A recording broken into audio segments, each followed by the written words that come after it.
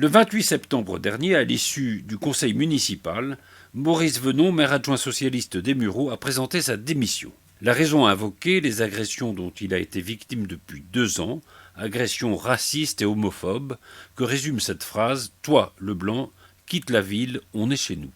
L'affaire a fait grand bruit, exploitée par certains médias ou certains partis politiques.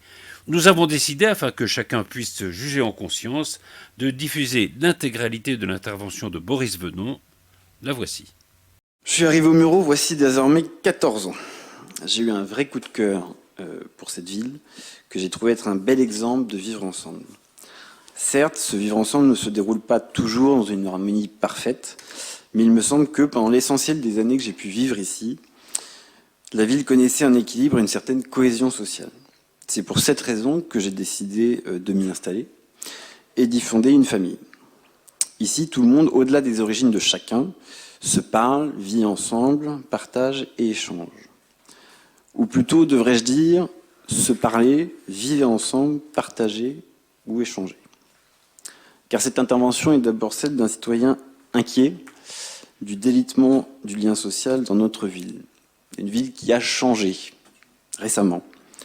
Depuis 2 ans, en me référant à mon expérience personnelle, j'ai subi 11 agressions où moi-même ou ma famille nous sommes sentis menacés, jusque dans notre intégrité physique, là où pendant 12 ans, je n'ai jamais connu d'épisode de cette nature. Ces derniers épisodes, je ne vous le cache pas, ont été violents et ont profondément remis en cause le lien que j'avais avec la commune et avec ses habitants. Je me suis vu reprocher d'être qui je suis. Ces épisodes, et encore plus le dernier en date, ont été marqués par de la violence verbale, des menaces physiques, allant jusqu'à la menace de mort, et aux insultes homophobes et racistes. Le blanc quitte ma ville, on est chez nous ici. C'est ce que je me suis entendu dire avant qu'on ne me poursuive jusque devant mon domicile pour me menacer de mort ensuite. Oui, les citoyens d'origine européenne peuvent faire l'objet de racisme. Et c'est un homme dont tout le parcours politique s'inscrit à gauche qui vous le dit. Et j'insiste évidemment sur ce point, vous savez pourquoi. Face à ce type de situation, je dois dire que la réponse des autorités publiques, hors personne présente ici, évidemment, a été pour le moins décevante, puisque, passé le premier moment d'écoute attentive, j'ai dû à un moment donné m'expliquer sur ce qui, dans mon comportement, aurait été de nature à provoquer l'agression dont j'ai été la victime. Toute chose n'étant pas égale par ailleurs, j'ai eu une pensée pour les femmes, victimes d'agressions qui venaient déposer plainte dans notre ville. J'ose espérer qu'on n'en ait plus à demander aux femmes victimes de violences de quelle façon elles s'habillent. Il y a encore des efforts à faire en matière d'accompagnement des victimes chez nous, et je tiens à le dire à ce conseil, ou du moins de certaines catégories de victimes. Bon, inutile de préciser que j'attends toujours des nouvelles de l'autorité judiciaire plus de 2 mois après les faits.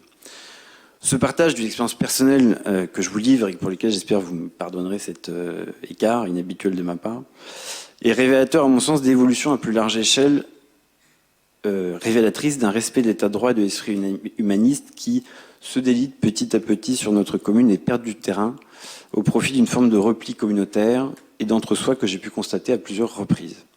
J'ai bien dit communautaire. J'assume ce mot qui pourra éventuellement en déranger certains.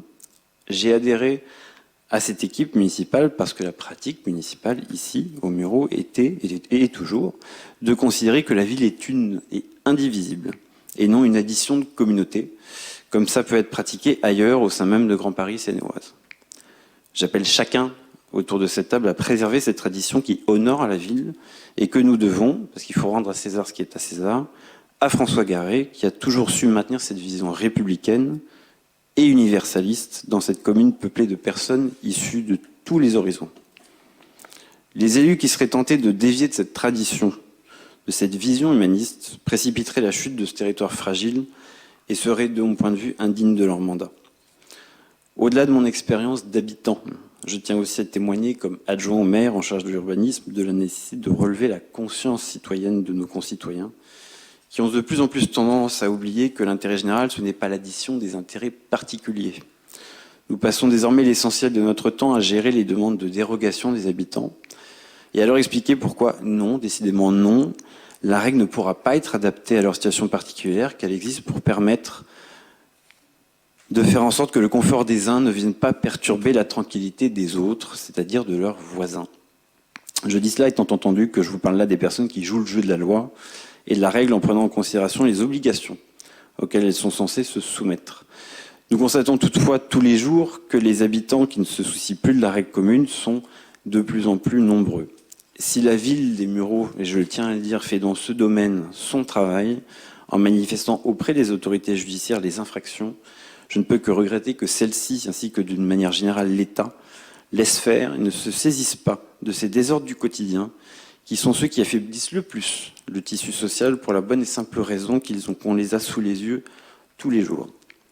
Si la ville peut faire beaucoup et fait beaucoup, bien qu'on puisse toujours faire mieux, je considère à titre personnel que d'autres acteurs publics ne sont pas à la hauteur de ce qu'il conviendrait de faire. Grand Paris Seine-et-Oise, qui aurait pu être un bel outil si on avait fait le choix, comme certains d'entre nous l'avaient préconisé, d'en faire une communauté d'agglomération centrée sur les enjeux stratégiques plutôt qu'une grosse communauté urbaine, incapable de gérer les compétences de proximité qu'on lui a confiées, comme en témoigne le service déplorable en matière d'ordures ménagères, de déchetterie ou de voirie, fait la démonstration tous les jours de ce qu'il ne faut surtout pas faire. Il faut dire, c'est un jugement personnel, que sa présidente est à l'audace, ce que Jean-Luc Mélenchon est à la modestie.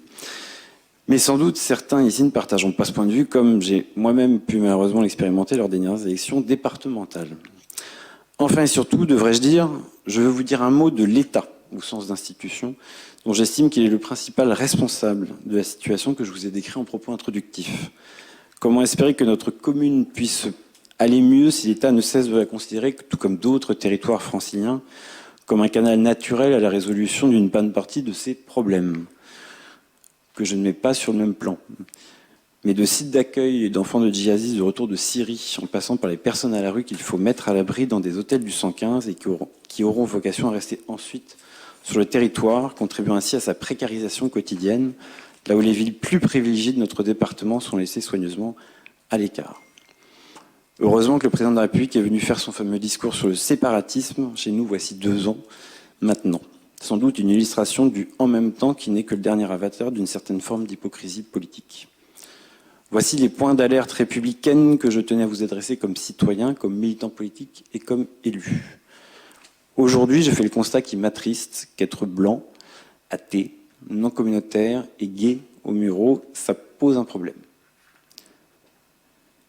C'est donc avec une certaine forme de solennité et aussi un brin d'émotion que je m'adresse à vous ce soir pour participer à vos côtés une dernière fois à nos travaux collectifs.